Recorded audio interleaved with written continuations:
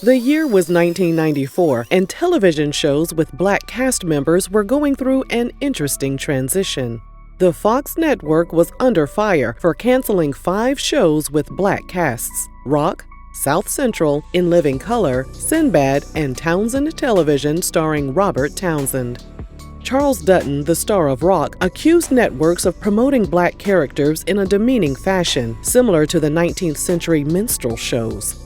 Fox claimed the shows were canceled due to low performance, and they promised that their new program entitled New York Undercover would show a Black character in a positive light. The program was co-executive produced by Law & Order creator Dick Wolf, Uptown Records founder the late Andre Harrell, and disgraced television exec Brad Kern. New York Undercover became the first police drama on U.S. television to feature 2 people of color in the lead roles. It premiered in September 1994, starring Malik Yoba as Detective J.C. Williams, a dedicated single father, and his partner, Detective Eddie Torres, played by Michael DeLorenzo. Lieutenant Virginia Cooper was played by Patty Darbanville Quinn, and additional supporting actors and actresses made appearances as well. It wasn't just the gritty storylines and the street-smart cops that helped the show gain popularity. It was also all about the music. Legendary composer James Mtume opened each episode with a 2-minute-long, short-form video that helped define the show's visual and musical style, and gave a preview of what the episode would entail. James also created the opening theme song, which is still a banger to this day.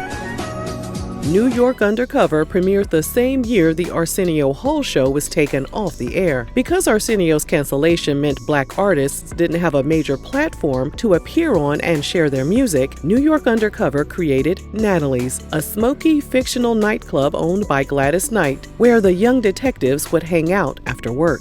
Musical guests were invited to perform classic R&B hits, which James reworked and recreated. Basically, New York Undercover was Empire before Empire was Empire. James told the Shadow League YouTube channel, "I was working 18 hours a day, but it was worth it." The show tapped into a young demographic that was drawn to the multicultural cast, the New Jack Swing beats, the action-packed drama balanced by the episodes centered around societal issues, and, of course, the clothing. Malik described New York Undercover as the little ghetto show that could during an interview with Vlad TV, but it didn't take long for things to unravel. The passing of Tupac Shakur, the actors' battle over their salaries, and the network stripping the program of the elements that made it so successful all played a role in the show's demise.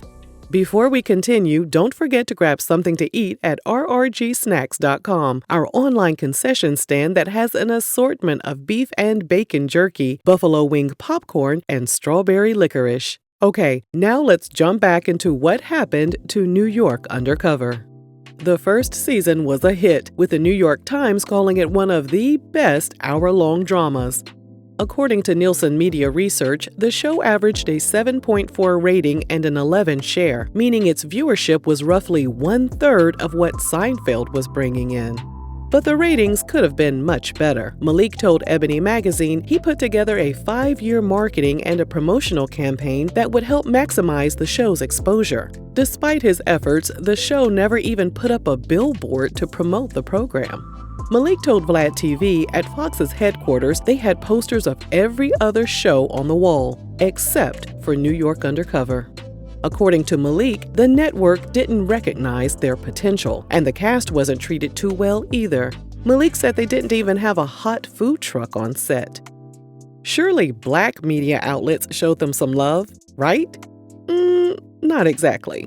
Malik said the cast was never asked to appear on the cover of Vibe magazine, and Jet magazine had a list of TV shows to watch inside their publication, but they would never add New York Undercover to the list. Season 2 included the addition of Detective Nina Morano, played by Lauren Velez, who later dated and married Detective Torres. The second season premiered in August 1995, and Rolling Stone called the show a genuine underground hit.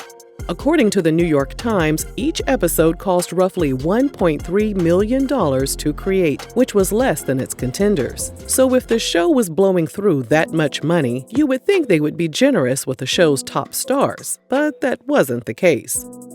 In July 1996, on the day they were set to begin shooting the third season, Malik and Michael failed to show up on set. According to the LA Times, the actors presented the execs with a list of demands. They asked for more creative input, and Michael asked to direct a few episodes. They also wanted a gym, trailers, and better food to be provided on set.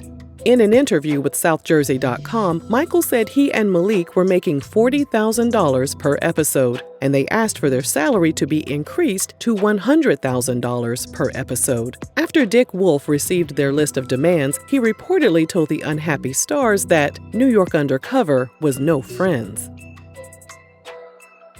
At the time, the stars of Friends were seeking contract raises of more than $100,000 per episode. So Malik and Michael's salary request was still a bargain in the grand scheme of things.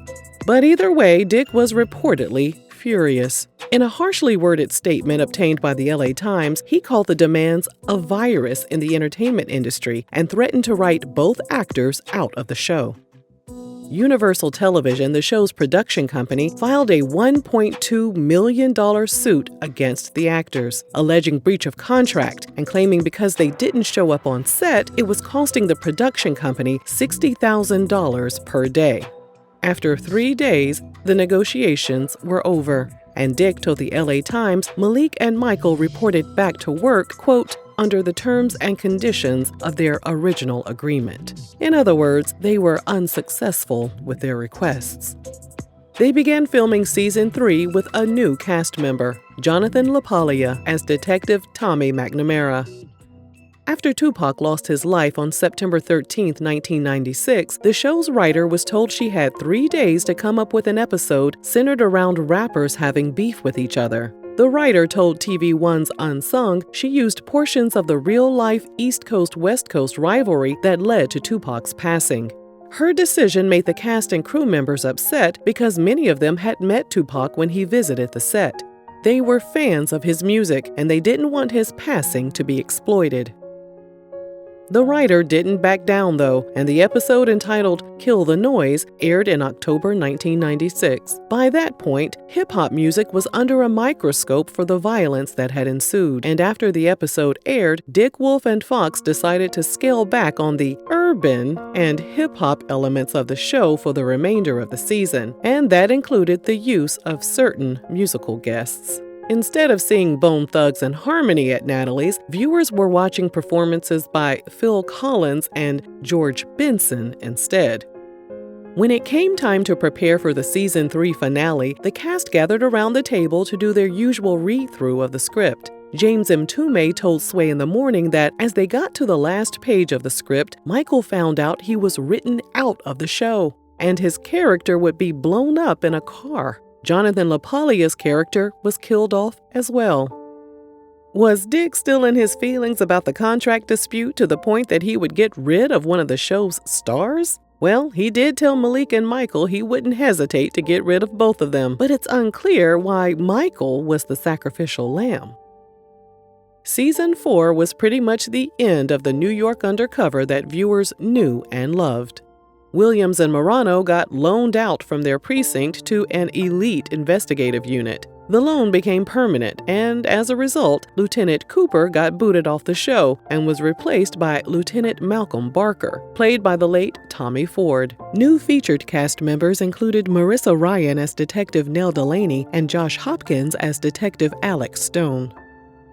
Natalie's was completely removed from the program, which meant no more musical guests. As a result of the changes, ratings for the show plummeted, and Fox canceled the series. The show went into syndication in 1998, and the finale aired in February 1999. It was the end of an era. Or so we thought. In December 2018, 19 years after the series finale, Dick Wolf expressed interest in rebooting the show. Months later, in February 2019, Lauren Velez, who now goes by Luna Lauren Velez, tweeted that she had signed on to reprise her role as Detective Morano, and Deadline.com reported Malik was officially asked to play Detective Williams. Some newcomers were added to the mix, including Toby Sandeman and Otmara Marrero, as lead detectives, and MC Light was hired to play the unit's new boss, Lieutenant April Freeman. As of 2020, negotiations were still in process for the show to appear on NBC's streaming service, Peacock. And what about Michael? There's no word on whether or not he'll appear on the reboot. It's possible that the contract dispute that led to him being written off left a sour taste in the execs' mouths. But it wouldn't be New York Undercover without Torres. So we're hoping things can be smoothed out so the 3 OG cast members can grace our television screens once again. Don't you agree? Let us know your thoughts on what happened to New York Undercover. And thanks for watching RRG.